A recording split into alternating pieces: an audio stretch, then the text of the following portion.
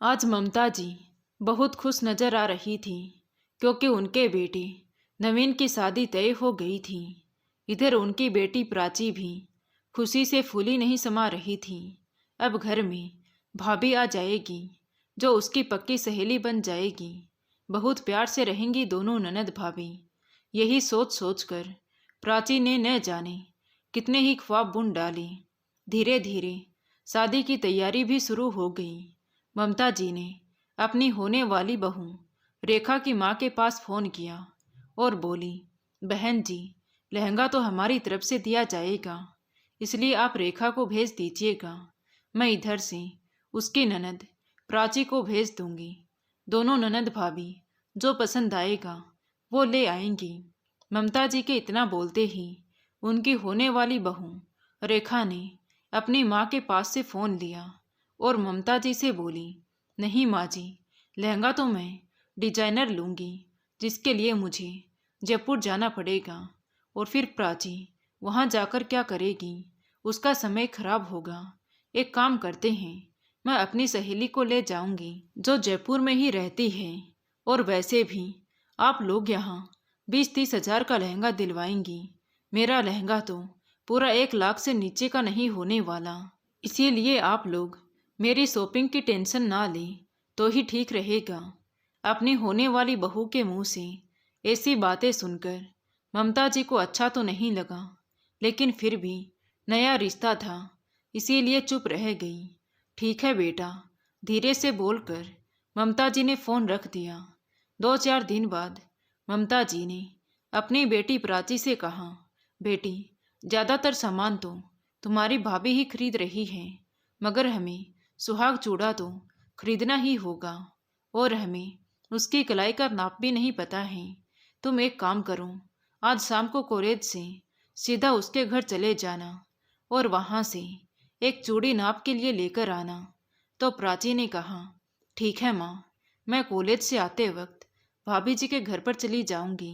इतना कहकर प्राची कॉलेज के लिए निकल गई और शाम को छुट्टी होने के बाद वो अपनी होने वाली भाभी रेखा के घर चली गई, जहाँ पर उसकी अच्छी खातिरदारी हुई। उसने रेखा की माँ से कहा, आंटी जी, भाभी के नाप की चूड़ी चाहिए थी, आज मिल जाती तो हमें खरीदारी में आसानी हो जाती। हाँ बिल्कुल बेटा, जाओ उसके कमरे में चली जाओ। रेखा अपने कमरे में ही बैठी है। रेखा की माँ ने उसके कमरे की तरफ इशारा करते हुए कहा। तो प्राची उठकर संकुचाई से रेखा के कमरे में पहुंच गई। अंदर जाकर देखा तो कमरा कीमती वस्तुओं से सुसज्जित था। सुंदर गोलाकार पलंग, जिसकी शोभा महंगे गद्दे, चादर और तकिए के कवर बढ़ा रहे थे। अलमारियां, जिसमें महंगे महंगे कपड़े टंगे झूम रहे थे। सब कुछ इतना आलीशान और सुंदर, जैसे कोई परियों का देश हो, जिसे देखकर प्राची की आंखें चमक उठी। तभी प्राची को ऐसे चौंकते हुए देखकर उसकी भाभी रेखा ने कहा, कभी देखा नहीं होगा तुमने इतना आलीशान कमरा, शायद इसीलिए हैरानी से देख रही हूँ। जी भाभी, वो आपकी घड़ी भी बहुत सुंदर है। बिल्कुल ऐसी ही घड़ी मैंने भी लेने की सोची थी। पर वो आगे कुछ बोलती उससे पहले ही रेखा बोल पड़ी, अच्छा ये बताओ, तुम किसी काम से आई थी क्या? अरे हाँ भाभी, मैं तो भूल ही गई थी, वो आपकी चूड़ी का नाप चाहिए था। तभी रेखा ने एक सोने का कड़ा निकालकर प्राची के हाथ में रख दिया। अरे नहीं भाभी, सोने का नहीं, कांच की चूड़ी चाहिए। कांच की चूड़ी, वो तो मिलना बड़ा मुश्किल है। इसे ही ले जाओ, चाहे तो तुम इसे अपने पास ही रख लेना।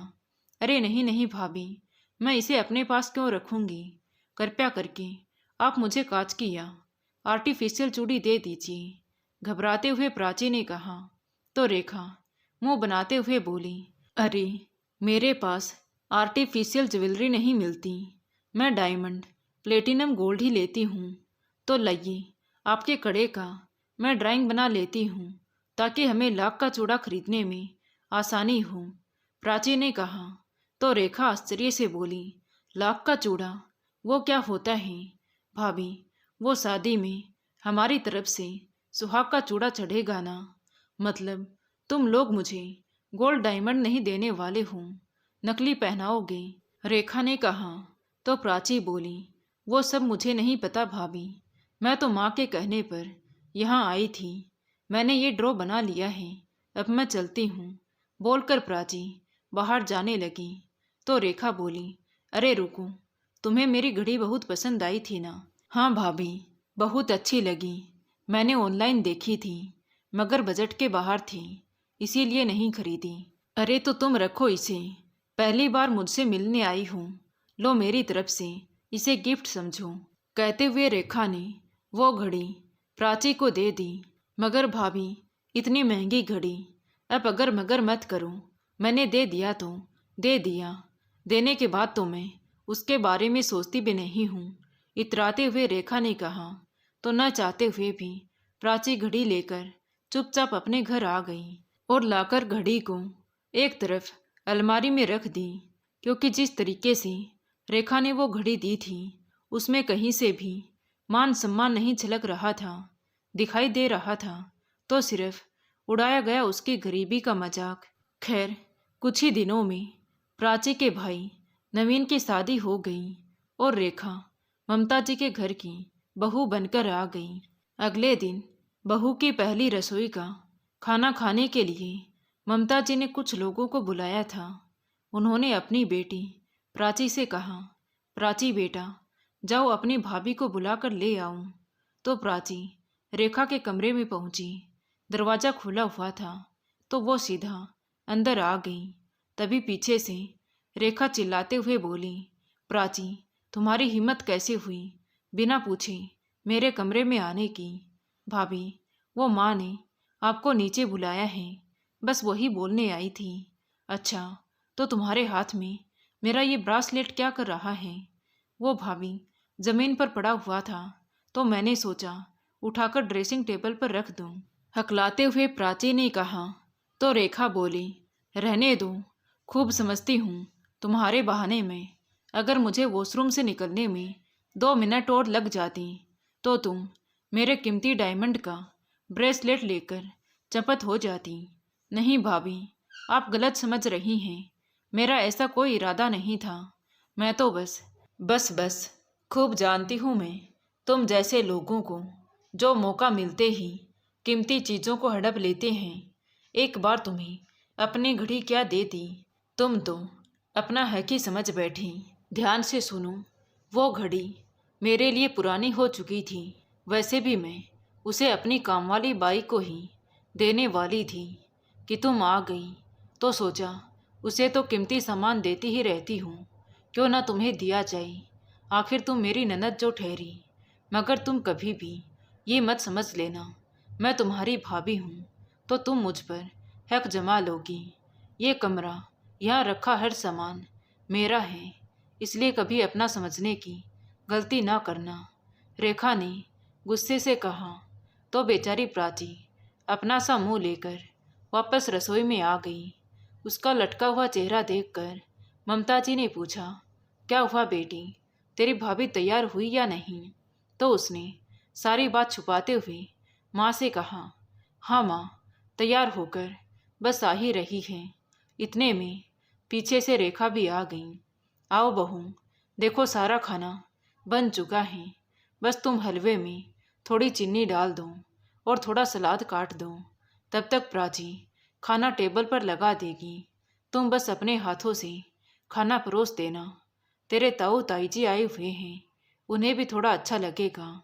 अपनी सास की बात सुनकर रेखा चिल्लाते हुए बोली, मम्मी जी, मुझे तो समझ नहीं आता आपको इतनी एक्टिंग करने की क्या ज़रूरत है।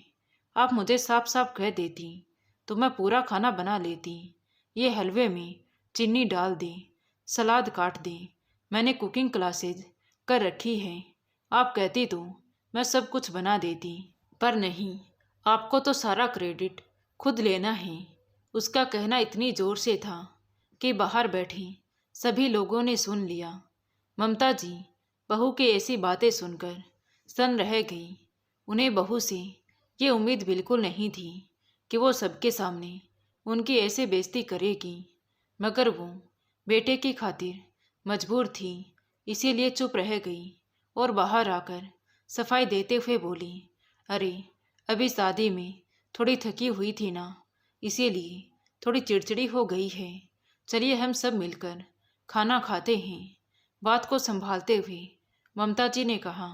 तो सब लोग खाना खाने बैठ गए।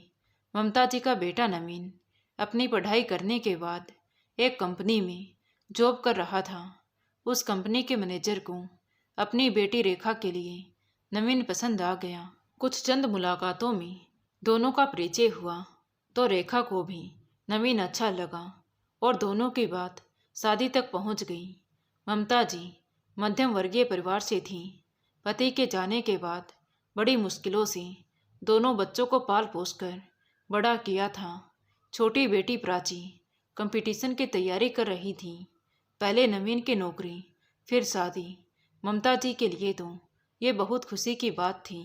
लेकिन जब उन्हें ये पता चला कि लड़की का पिता बहुत पैसे वाला है तो उन्होंने नवीन से कहा कि बेटा अच्छे से सोच विचार कर शादी का फैसला लेना, क्योंकि रेखा एक रईस खानदान की लड़की है। क्या वो हमारे साथ मध्यम वर्गीय जीवन जी पाएगी? क्या तुम उसकी ख्वाहिश पूरी कर पाओगी? क्या वो हमारे परिवार के साथ मिलजुल कर रह पाएगी? तो नवीन ने कहा, बिल्कुल माँ, रेखा अमीर घराने से ज़रूर है, मगर उसकी सोच बहुत अच्छी है। जब मैंने उससे ये कहा तो वो बोली, ख्वाहिश तो मेरे पिता ने सब पूरी कर ही दी है। मुझे तो तुम्हारे जैसा पति और परिवार मिलेगा तो मुझे कोई कमी नहीं रहेगी। बेटे के मुंह से ऐसी बातें सुनकर ममता जी भी खुश हो गई। सोचा लड़की के विचार अच्छे हैं तो हमारे घर में भी अच्छे से ही रहेगी। खुद भी एक दो बार मिली तो लड़की उन्हें व्यवहारिक ही लगी, मगर अब 2 ही दिन में रेखा के रंग बदले बदले नजर आने लगे। हर बात पर वो ममता जी को जवाब देने लगी। किसी का लिहाज नहीं करती, जो मन में आता वो बोल देती। ममता जी सोच रही थी कि अमीर परिवार की लड़की है, परिवार में ढलने के लिए वक्त लगेगा। बस यही सोचकर वो चुप रह जाती, मगर रेखा की मनमानियाँ बढ़ती जा रही थी। ममता जी और उनकी बेटी प्राची दोनों माँ बेटी रेखा की हरकतों से परेशान हो गई, मगर जाती तो जाती कहाँ। इसीलिए चुपचाप जो हो रहा था सहन कर रही थी। एक दिन ममता जी को पड़ोस में कीर्तन में जाना था। उन्होंने प्राची को बताया और चुपचाप निकल गई। कुछ देर बाद प्राची की सहेली ने प्राची को अपने पास पढ़ने के लिए बुलाया तो प्राची ने रेखा के कमरे में जाकर दरवाज़ा बजाना ठीक नहीं समझा। पता नहीं किस बात पर भाभी भड़क जाएगी, ये सोचकर वो चुपचाप बाहर से ताला लगाकर चली गई, क्योंकि दरवाज़ा अंदर से खोला जा सकता था, इसीलिए चिंता भी नहीं थी। कुछ देर बाद रेखा ने प्राची को चाय बनाने के लिए आवाज़ लगाई, मगर जवाब ना आने पर उसने देखा तो घर पर कोई नहीं था। गुस्से से तमतमाकर उसने अपने पति नवीन को फ़ोन लगा दिया। तुम्हारी माँ और बहन एक नंबर की बदतमीज हैं, घर में बहू को बंद करके घूमने निकल गई हैं। तुम इसे परिवार कहते हो, वैसे तो बड़ा कहती फिरती है तुम्हारी माँ कि तुम हमारी बेटी हो। अब किसी ने भी मुझे बताना ठीक नहीं समझा, या फिर उन्हें इतनी भी तमीज़ नहीं है कि कहीं भी जाएं तो बताकर जाएं। रेखा का गुस्सा देखकर नवीन उसे शांत करवाते हुए बोला, अरे रेखा, हम सबके पास चाबी रहती है। तुम्हारे आने से पहले हम कहीं भी जाते थे तो चाबी लगाकर चले जाते थे। इसमें कोई बड़ी बात नहीं है। हो सकता है वो तुम्हें डिस्टर्ब नहीं करना चाहती होगी। अच्छा, इतनी बड़ी बात है और तुम उन दोनों को सपोर्ट कर रहे हो। मुझे तुमसे ये उम्मीद नहीं थी। गुस्से में तमतमाकर रेखा ने फ़ोन काट दिया। नवीन को तो पता ही नहीं था कि रेखा को बात का बतंगड़ बनाने की इतनी आदत है। वो सोचता आ रहा था कि घर पहुंचकर अब पता नहीं कौन सी गाज गिरेगी, लेकिन वो घर पहुंचा उससे पहले ही ममता जी घर पहुंच चुकी थी और बहू की सारी शिकायतें भी सुन चुकी थी। मगर जैसे ही रेखा ने पति को देखा तो जोर जोर से चिल्लाने लगी, आपकी माँ को अपनी गलती दिखाई नहीं देती है। कहती है उनका नियम है भजन कीर्तन में जाने का, और मैं कमरे में थी, इसीलिए मुझे बताना जरूरी नहीं समझा। और तुम्हारी बहन, वो तो आवारागर्दी करते फिरती है। जब मन करता है अपनी सहेलियों के साथ पढ़ाई का बहाना बनाकर मटर गश्ती करने निकल जाती हैं। तभी प्राची घर में दाखिल हुई। भाभी, क्या बकवास किए जा रही हूँ? मैं मटर गश्ती करने नहीं, मैं तो अपनी सहेली के साथ पढ़ाई करने गई थी। हाँ हाँ, खूब जानती हूँ, ये पढ़ाई के बहाने घूमने फिरना, चाट पकोड़े खाना और अमीर लड़कों के साथ बाइक पे बैठकर। वो आगे कुछ बोलती उससे पहले ही प्राची चिल्लाते हुए बोली, बस करो भाभी, आगे एक शब्द और नहीं। आप मुझे जानती ही कितना है, जो मेरे बारे में कुछ भी अनाप शनाप बोले जा रही हैं। आज प्राची चुप नहीं रह पाई। तुम्हारी हिम्मत कैसे हुई मेरे सामने अपनी जुबान खोलने की? तुम हो कौन? तुम्हारी औकात क्या है? गरीब घर की लड़कियों को इतना मुंह नहीं खोलना चाहिए। शायद तुम्हें पता नहीं है, तुम मेरे टुकड़ों पर पल रही हो, इसीलिए मुझसे ऐसी बदतमीजी दोबारा मत करना। ये सुनकर नवीन एकदम से रेखा पर चिल्लाते हुए बोला, तुम्हारी हिम्मत कैसी हुई रेखा, मेरी बहन से ऐसे बात करने की? अच्छा, इतना बुरा लग रहा है तो जाओ अपनी बहन के साथ बैठकर रोना शुरू करो, क्योंकि मैं पापा से बोलकर तुम्हें अभी नौकरी से निकलवा दूंगी। फिर बैठकर दोनों भाई बहन कटोरा लेकर मंदिर के बाहर भीख मांगना। और हाँ, अब मुझे तुम्हारी ये माँ और बहन घर में बर्दाश्त नहीं होती। इन्हें बरसाती वाले कमरे में शिफ्ट कर दूँ, वरना मैं मायके चली जाऊंगी तो लौट कर नहीं आऊंगी। ये दिन रात की किटकिट मुझे बिल्कुल पसंद नहीं है। इसीलिए जल्दी से आप दोनों माँ बेटी अपना बोरिया बिस्तर यहाँ से समेट लीजिए। रेखा की ऐसी बात सुनकर नवीन घबरा गया और बिना कुछ बोले चुपचाप घर से बाहर चला गया। इधर बहू की बात सुनकर ममता जी हैरान रह गई, मगर अब करती भी क्या। एक माँ बेटे के कैरियर के खातिर चुप रह गई और बरसाती वाले कमरे में शिफ्ट हो गई। अब तो आए दिन रेखा दोनों माँ बेटी पर तंज कसती रहती, घर का कोई काम नहीं करती, बैठे बैठे बस हुक्म चलाती। प्राची को बुरा तो बहुत लगता, मगर वो अपनी माँ और भाई के कारण चुप रह जाती। दिन ऐसे ही निकल रहे थे। एक दिन रेखा ने सबसे कहा कि मेरी बहन की शादी तय हो गई है, मुझे बहुत सारी तैयारी करनी है, इसीलिए मैं मायके जा रही हूँ। तो ममता जी ने कहा, बहू, शादी के तो अभी 2 महीने और हैं, तुम अभी से मायके चली जाओगी। तभी रेखा ने उनकी बात को बीच में काटते हुए कहा, कर देना गरीबों वाली बात। अरे यहाँ लोकल शॉपिंग नहीं की जाती, दिल्ली, मुंबई, जयपुर, पता नहीं कहाँ कहाँ जाना पड़ेगा। अब ये सब एक दिन में तो नहीं होगा ना। हाँ, आप लोगों को क्या पता, आप लोग तो कोई गलियों से शॉपिंग करते हैं, और ऐसा नहीं है कि मैं पूरे 2 महीने के लिए जाकर बैठने वाली हूँ, बीच बीच में आती रहूँगी। लेकिन हाँ, मुझे फ़ोन करके टांग मत अड़ाना, बोलकर रेखा अपना बैग उठाकर घर से चली गई। कुछ दिन बाद ममता जी की बहन और बहनोई आने वाले थे।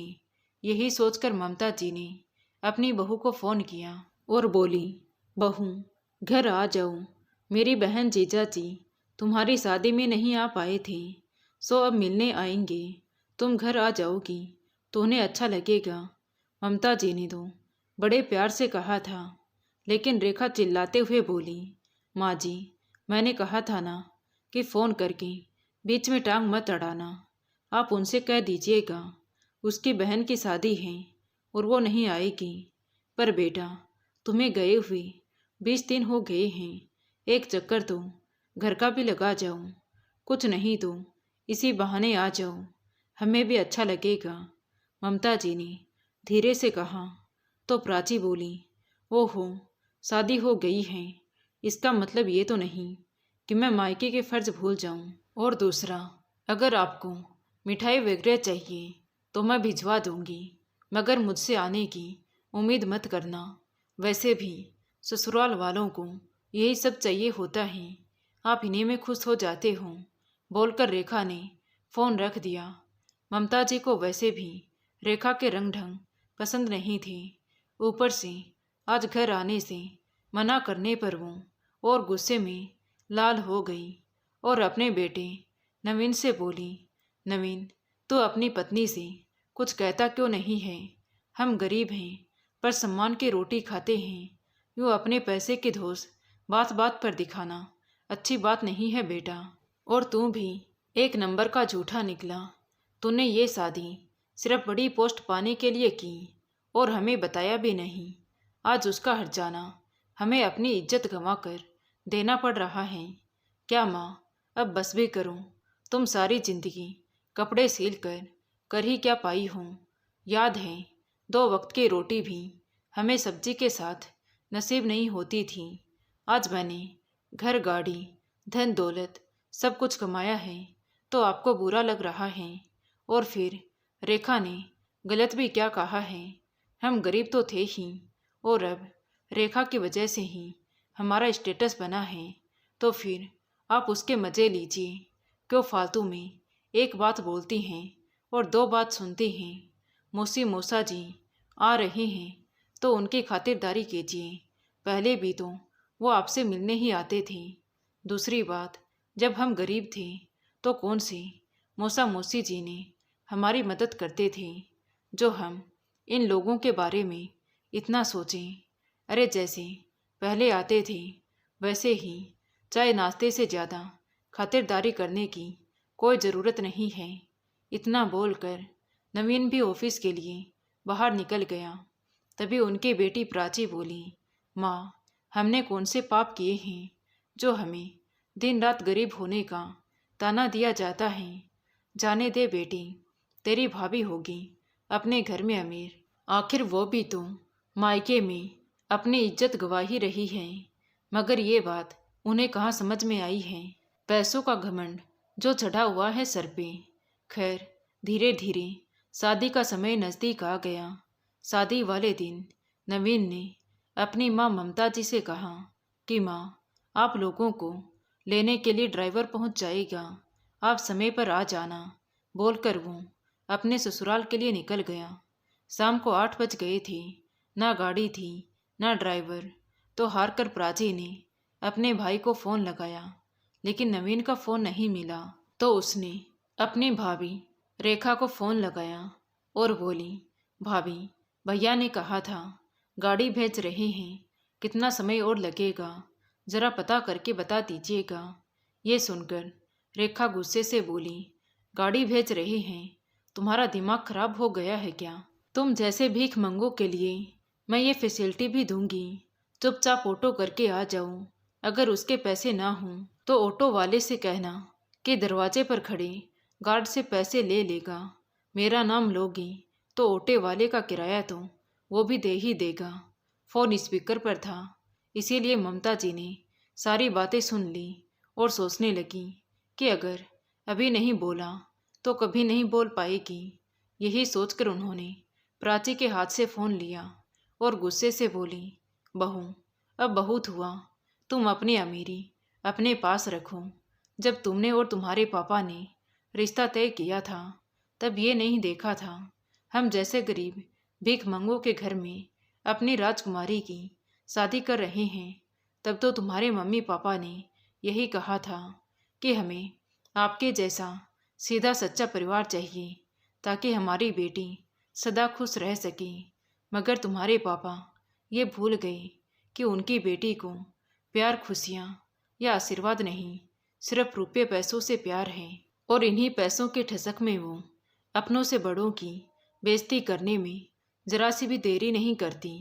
मगर रेखा बहू, एक बात याद रखना, ये पैसा तुम्हारा कमाया हुआ नहीं है, तुम्हारे पिताजी का है। तुम कितना भी उस पैसे पर इतरा लो, मगर कायदे से उस पर तुम्हारा कोई हक नहीं है। और ध्यान रखना बहू, समय बदलते देर नहीं लगती।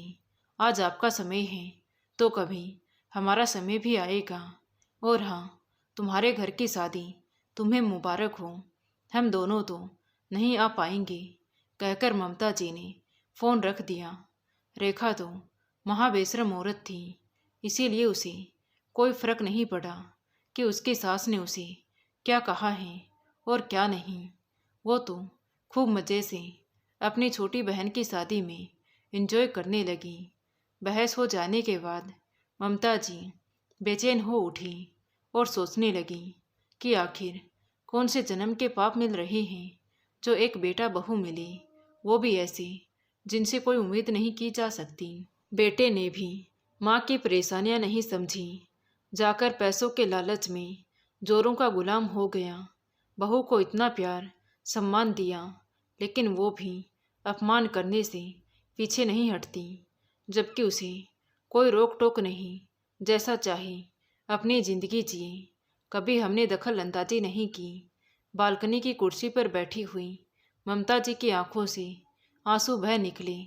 तभी पीछे से प्राची ने उनके कंधे पर हाथ रखते हुए कहा, माँ चुप हो जाओ बेटा, मुझे बहू से इस तरीके से बात नहीं करनी चाहिए थी। सही कहती हो माँ, ऐसा करने का सारा हक तो सिर्फ आपकी बहू का ही है। वो जैसे चाहे हम दोनों से बात कर सकती है, हम उसे आईना नहीं दिखा सकते। क्यों माँ, सही कहा ना मैंने? प्राची ने कहा। तो ममता जी बोली, नहीं बेटा, ऐसी बात नहीं है, लेकिन फिर भी मैंने आज बहू को कुछ ज़्यादा ही बोल दिया। मुझे ऐसा नहीं बोलना चाहिए था। बुरे के साथ अगर हम भी बुरे बन जाएंगे तो हमारा और उनका स्तर एक ही हो जाएगा। हमें अपनी भलाई और अच्छाई नहीं छोड़नी चाहिए। हाँ माँ, ये तो आप सही बोल रही हो। दोनों माँ बेटी गंभीर मुद्रा में बैठी रहीं। थोड़ी देर बाद ममता जी बोली, बेटी 6 महीने होने को आए हैं, यहाँ तू मैं ख़त्म ही नहीं होती। तू एक काम कर, अपनी आने वाली परीक्षाओं पर ध्यान दे बेटा। तेरी सहेली रवीना है ना, तो उसके साथ हॉस्टल में रहकर तैयारी कर ले। लेकिन माँ, घर पास में होते हुए अगर मैं हॉस्टल में रहूँगी तो क्या अच्छा लगेगा? और फिर आप भी यहाँ अकेली रह जाओगी। तो मेरी चिंता मत कर बेटी। कभी कभी मजबूरी में आकर इंसान को कठिन फैसले भी उठाने पड़ते हैं। यहाँ पर बहू रोजाना ही हाय हल्ला मचाती है। मैं यहाँ रहकर सब संभाल लूँगी। बस तू अपनी पढ़ाई और परीक्षा पर ध्यान दे। बस मेरी लाज रख ले बेटी। तू कुछ बन जाएगी तो मुझे भी इस नरक से बाहर ले चलना। अब मेरा भी यहाँ दम घुटने लगा है। अपनी माँ के चेहरे पर आई बेबसी देख प्राची कसमसा गई और अपनी माँ की बात को अपने दिमाग में बैठा लिया और अगले ही दिन चल पड़ी अपना भविष्य बनाने। अब प्राची हॉस्टल में रहकर दिन रात अपनी पढ़ाई पर ध्यान देती। कुछ दिन बाद रेखा और नवीन शादी से फ्री होकर घर लौटे तो रेखा ने पूछा, माँ जी, ननद रानी कहाँ हैं? दिखाई नहीं दे रही है। बहू, वो हॉस्टल में रहकर अपनी पढ़ाई कर रही है। ममता जी ने बस इतना ही कहा कि रेखा चिल्लाते हुए बोली, ये क्या बात हुई? घर पास में होते हुए भी आपने लड़की को हॉस्टल में भेज दिया। देख लिया नवीन, तुम्हारी बहन को यहाँ मेरी टोका टोकी के कारण गुलछरे नहीं कर पा रही थी, इसीलिए अकेले जाकर रहने लगी। तो नवीन बोला, माँ, ये क्या बात हुई? आपने लड़की को हॉस्टल भेज दिया, लोग क्या कहेंगे? एक ही शहर में रहते हुए लड़की अनजान जगह पर रह रही है। साथ में आपको पता है कितना खर्चा होता है, वो पैसा कौन देगा? आप एक काम करो, प्राची को घर वापस बुला लो। नहीं बेटा, अब प्राची को वापस तो नहीं बुला सकती। और दूसरी बात, पैसे की चिंता तुम्हें करने की ज़रूरत नहीं है। सिलाई करके जब मैंने तुम्हें इस काबिल बना दिया कि तुम अपनी माँ को भूल जाओ, तो वही काम करके मैं अपनी बेटी को इस काबिल बनाऊंगी कि कल को उसकी हालत मेरी जैसी ना हो।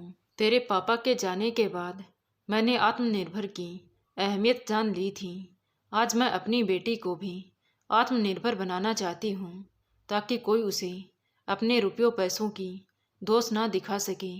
फिर चाहे वो उसका पति हो या ससुराल वाले या कोई और हो। उनका इशारा रेखा बहू की तरफ था। माँ जी, हम तो आपके भले के लिए ही कह रहे थे। कुंवारी लड़की को इस तरह आज़ादी देकर अकेला छोड़ना सही नहीं होता। हाँ, आपको ज़्यादा आत्मसम्मान, आत्मनिर्भरता की पड़ी है तो करती रहो बुढ़ापे में उल्टे सीधे काम, लेकिन हमसे कोई उम्मीद मत रखना, बोलकर रेखा और नवीन दोनों ही अपने कमरे में चले गए। समय अपनी गति से चलता रहा। रेखा और नवीन अपने दिखावे के जीवन में व्यस्त रहे। कमाना और उड़ाना, बस दो ही काम रह गए थे उनके पास। ममता जी ने कई बार कहा भी कि रुपयों पैसों की कदर करो, जितना खर्च करते हो उतनी बचत भी किया करो। तो बहू चटाक से बोली, ये सब फालतू काम आप जैसे गरीब लोगों पर शोभा देते हैं। हम जैसे अमीर लोग तो जितना कमाते हैं उतना ही उड़ा भी देते हैं। यही हमारी लाइफ स्टाइल है, तभी तो हम चार लोगों में अपनी हैसियत का दिखावा कर पाते हैं। आपकी तरह नहीं कि एक जोड़ी कपड़े में 10 जगह घूम आई। रेखा का घमंड दिन रात बढ़ता ही जा रहा था। अब जब ख्वाहिशें इतनी बढ़ गई थी तो उन्हें पूरा करने के लिए पैसों की ज़रूरत भी पड़ती है। अब दिन ब दिन रेखा अपने मायके में अपने पिता पर दबाव डालने लगी। आए दिन महंगे महंगे कपड़े खरीदती, लेकिन शॉपिंग का बिल अपने पिता के खाते में डाल देती। अपने ससुराल में न रहकर ज़्यादातर मायके में पड़ी रहती। एक बार उसकी माँ ने कहा, बेटा अब तुझे अपने ससुराल पर भी ध्यान देना चाहिए।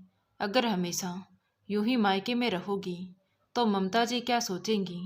इस पर रेखा बोली, माँ पहले तो आपने उन भूखे नंगे लोगों के घरों में मेरी शादी कर दी। वहाँ पर मेरे स्टैंडर्ड के हिसाब से कोई सुख सुविधा नहीं है।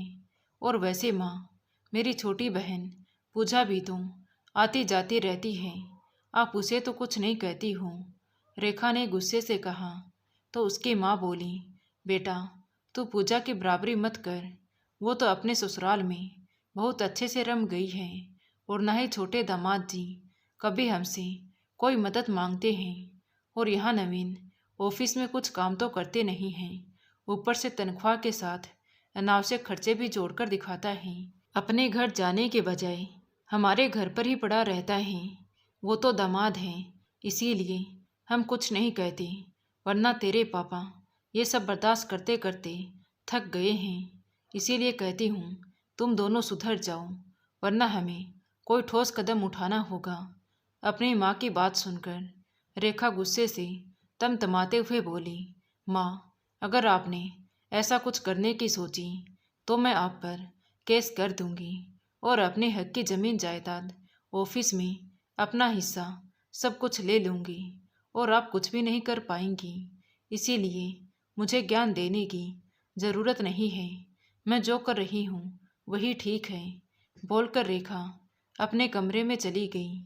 रेखा और नवीन के आचरण से ममता जी ही नहीं बल्कि उसके खुद के माता पिता भी परेशान हो चुके थे। मगर क्या करते, बेटी को खुद ही इतना सर पर चढ़ाया था, अब कर ही क्या सकते थे। इसीलिए कसमसाकर रह जाते। एक दिन रेखा की छोटी बहन पूजा घर पर आई। अरे वाह, इतनी सारी शॉपिंग कहाँ जा रही हो? रेखा ने पूछा। तो पूजा बोली, दीदी मैं और रमन मुंबई जा रहे हैं। पापा ने हमारी टिकट की है, इसीलिए थोड़ी शॉपिंग करके लाई हूँ। पापा ने कहा था कि टिकट घर पर रखी हैं, पास ही आई थी तो सोचा अभी ले लेती हूँ, पूजा ने कहा। तो रेखा आश्चर्य से बोली, क्या मम्मी पापा तुझे मुंबई भेज रहे हैं और मुझे कहीं भी नहीं भेजा था? अपनी ही दोनों बेटियों में भेदभाव करते हैं। रेखा बोल ही रही थी कि इतने में उसके पिता राम सिंह जी वहाँ आ गए और बोले, मैंने कोई भेदभाव नहीं किया। हाँ, मैंने पूजा के लिए टिकट करवाए हैं, क्योंकि छोटे दामाद जी ने आज तक हमसे 1 रुपया नहीं मांगा। अपनी शादी का खर्चा भी उसने खुद उठाया है। उल्टा उसने तो मेरे डूबते व्यापार में मेरी मदद की है। इतना कुछ करने के बाद अगर मैं उन्हें मुंबई घूमने भेजता हूँ तो मुझे नहीं लगता कि मेरी तरफ से कोई भेदभाव हुआ है, क्योंकि तुम इस बात से इनकार नहीं कर सकती कि जब से तुम्हारी शादी हुई है तुमने और दामाद जी ने सिर्फ रुपया पैसा ही मांगा है। और नवीन पहले एक कर्मठ और जुझारू युवक था, ऑफिस में मन लगाकर काम करता था, लेकिन पैसों की चमक धमक में उसकी आंखें भी चुंधिया गई हैं और तुम्हारी तरह अनावश्यक खर्चे करने लगा है, जिसकी वजह से व्यापार कर्ज में डूबता गया। ये बात सिर्फ मैं ही जानता हूँ कि कितनी मुश्किलों से मैं उससे उभरा हूँ। इसीलिए अब मैं तुम्हें और नवीन को अपनी जायदाद में से बेदखल करता हूँ, क्योंकि ऐसे निठल्ले लोगों की मुझे ज़रूरत नहीं है। इसीलिए अभी अपना बोरिया बिस्तर यहाँ से बांध ले और निकल जाओ मेरे घर से। अपने पिता द्वारा अपनी इतनी बेइज्जती होने के बाद रेखा वहाँ 1 मिनट भी नहीं रुकी और अपने ससुराल पहुँच गई, जहाँ नवीन अपना सर पकड़कर बैठा हुआ था। अब तुम्हें क्या हुआ है? ऐसी शक्ल क्यों बना रखी है? रेखा ने गुस्से में कहा। तुम्हारे लिए जिंदगी देने के चक्कर में मैं तो कंगाल हो गया, ना घर का रहा और न घाट का। आज मेरे पास ना कोई काम है, ना जमा पूंजी है, और उधर ससुर जी ने मुझे ऑफिस से निकाल दिया है। मेरे पास तो तनख्वाह भी नहीं है कि 2 वक्त की रोटी खा सकूं। अच्छा, मेरी वजह से ये सब हुआ है। जब पैसे थे तब तो तुमने खुले हाथों से खर्चा किया, यहाँ तक कि जुआ सट्टे में भी पैसे लगाए। तब तुम्हारे हाथ नहीं रुके थे। खेल में तो तुम्हें भी मज़ा आता था। तब तो तुमने नहीं कहा कि रेखा, तुम्हारी वजह से आज मैं कितने मज़े ले रहा हूँ। बहस धीरे धीरे इतनी तेज हो गई कि कमरे से निकलती आवाज़ पूरे घर में गूंज रही थी। मोहल्ले वाले भी उनकी तू मैं सुन रहे थे।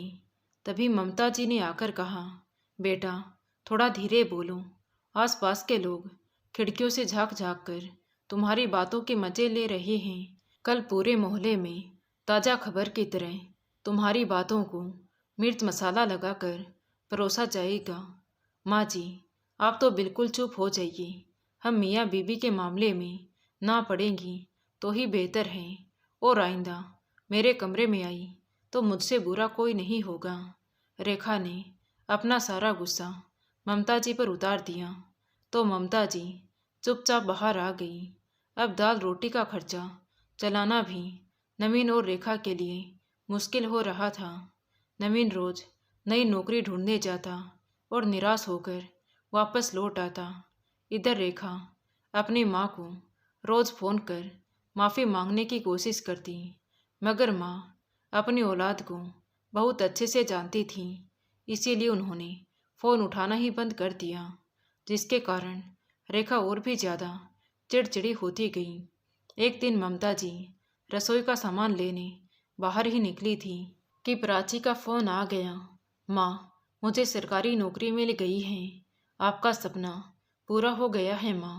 ये सुनकर तो ममता जी खुशी से फूली नहीं समाई और बेटी को बहुत बहुत मुबारकबाद दिया। घर आकर ममता जी ने पूरे मोहल्ले में मिठाई बांटी। जब ये बात रेखा को पता चली तो वो ममता जी के पास आकर बोली, वाह माँ जी, दीदी ने तो कमाल ही कर दिया। अब तो लाखों कमाएगी। आबकारी विभाग वाले तो 2 नंबर की कमाई करते हैं। चलो ये तो बहुत बढ़िया हो गया। अब तो हमारे भी दिन फिर से खुल जाएंगे। माँ जी, हम दीदी का स्वागत ऐसा सूखा सूखा नहीं कर सकती। आज तो मैं खुद अपने हाथों से दीदी की पसंद का बेसन का हलवा और मटर कचौरी बनाऊंगी। ममता जी आज पहली बार बहू के मुंह से ऐसे प्यार भरे शब्द सुनकर रो पड़ी और बोली, बहू तुम्हें जो अच्छा लगे वो कर लो, क्योंकि आज तक तुम वही करती आई हो। मैं तो अपनी बेटी का इंतज़ार कर रही हूँ, बस उसे देख लूँ जिसे अपने कलेजे पर पत्थर रखकर एक ही शहर में रहते हुए अपने से दूर रखा था। बोलते बोलते ममता जी फपक फपक कर रो पड़ी। इतने में गाड़ी की आवाज़ आई तो ममता जी ने जल्दी से अपने आंसू पोंछे और आरती का थाल लेकर दरवाजे की तरफ दौड़ पड़ी। पीछे से रेखा और नवीन भी फूलों की माला लेकर स्वागत में खड़े थे। प्राची का बड़े मान सम्मान के साथ स्वागत हुआ। खाने पीने में इतनी वैरायटी देख वो दंग रह गई। एक समय था जो घर में रोटी सब्जी भी सुकून से नसीब नहीं होती थी, वहाँ आज हलवा पूरी बनाया गया था। जो भाभी कभी दो बोल मीठे नहीं बोली, आज उसकी जबान पर मिश्री घुल रही थी। दीदी, आप तो कुछ खा ही नहीं रही हैं, लीजिए ना, बेसन का हलवा आपको बहुत पसंद है ना, आपको तो पूरा ख़त्म करना पड़ेगा। बोलते हुए रेखा ने 2 चम्मच उसकी थाली में और रख दिया। प्राची, तेरी भाभी ने बड़ी मेहनत से बनाया है, ज़रा बता दो कैसा बना है, और अगर कुछ और फरमाइश हो तो बता दे, अभी पूरी कर देगी। अपने भाई का बदला हुआ स्वभाव देखकर प्राची बोली, भैया, फरमाइश तो मैंने आज तक की ही नहीं, वरना भाई तो अपनी बहनों को अपनी आंखों से ओझल नहीं होने देते, और आपने तो हॉस्टल आकर कभी मेरी खोज खबर भी नहीं ली। पूरे 2 साल हो गए आपको राखी और टीका किए हुए, हर बार आपका इंतज़ार किया मगर आप नहीं आई। अरे बहन, पुरानी बातें छोड़, उस समय मैं व्यस्त था, तू तो जानती है धंधा पानी बंद हो गया, अभी प्राइवेट नौकरी कर रहा हूँ, इतना पैसा नहीं होता, तू समझ। लेकिन अब तुम हमारे पास आ गई है तो देखना हमारे दिन भी खुल जाएंगे। अब जो तू कहेगी वो मैं तेरे बोलने से पहले ही लाकर तेरे कदमों में रख दूंगा। भाई की बात सुनकर प्राची ने एक लंबी सांस ली। हे भगवान, इतना तो गिरगिट भी रंग नहीं बदलता जितना आज मेरे भाई और भाभी ने बदला है। कल तक मैं उनके लिए कुछ भी नहीं थी और आज सोने का अंडा देने वाली मुर्गी बन गई हूँ। ये बस इंतज़ार कर रहे हैं उस सोने के अंडे का जो हर महीने उनके हाथों में लाकर रखने वाली हूँ।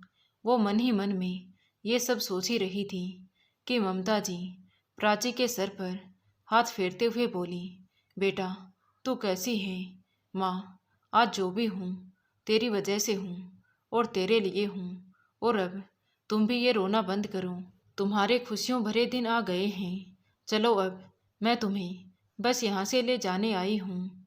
प्राची ने ममता जी से कहा तो रेखा बोली, दीदी मैं तुम्हें लेने आई हूँ का क्या मतलब है आपका? अच्छा, आप हम सबको कहीं घुमाने ले जाना चाहते हैं। एक काम करते हैं, मॉल चलते हैं, फिर वहीं से आइसक्रीम खाएंगे। बस आप 10 मिनट रुकिए, मैं अभी आती हूँ, बोलकर रेखा जल्दी से अंदर चली गई। थोड़ी देर बाद प्राची ने अपनी माँ को गाड़ी में बिठाया। तभी रेखा भी जल्दी से आकर दरवाज़ा खोलने लगी। अरे रे, आप कहाँ अंदर घुसी आ रही हैं? फिलहाल आपकी औकात नहीं है सरकारी गाड़ी में बैठने की, प्राची ने कहा। तो उसका भाई बोला, प्राची ये क्या तरीका हुआ अपनी भाभी से बात करने का? क्या यही संस्कार दिए थे हमने तुझे? तो प्राची बोली, हाँ भैया, आप ही के दिए संस्कार हैं और आप ही को लौटा रही हूँ। मैंने घर से जाते समय अपनी माँ को वचन दिया था कि अपने साथ हुए हर दुर्व्यवहार का बदला लूँगी। हालांकि माँ हमेशा अच्छे काम करने पर यकीन रखती है, मगर आज मैं बुरे के साथ बुरा करके ही रहूँगी। जैसा मैंने वादा किया था कि आत्मनिर्भर बनते ही माँ को अपने साथ ले जाऊँगी, बस वही पूरा करने आई थी। और आप जैसे लालची भाई भाभी को हमेशा के लिए अलविदा कहने आई थी, बोलकर प्राची ने ड्राइवर को चलने के लिए कहा और वहाँ से रवाना हो गई। रेखा और नवीन अपना सा मुँह लेकर गाड़ी को जाते हुए देखते रह गए। तो दोस्तों, आपको ये कहानी कैसी लगी कमेंट करके ज़रूर बताएं। कहानी अच्छी लगी हो तो प्लीज़ वीडियो को लाइक करें, शेयर करें और हमारे चैनल कहानी विद देवांशी को सब्सक्राइब ज़रूर करें। Thank you.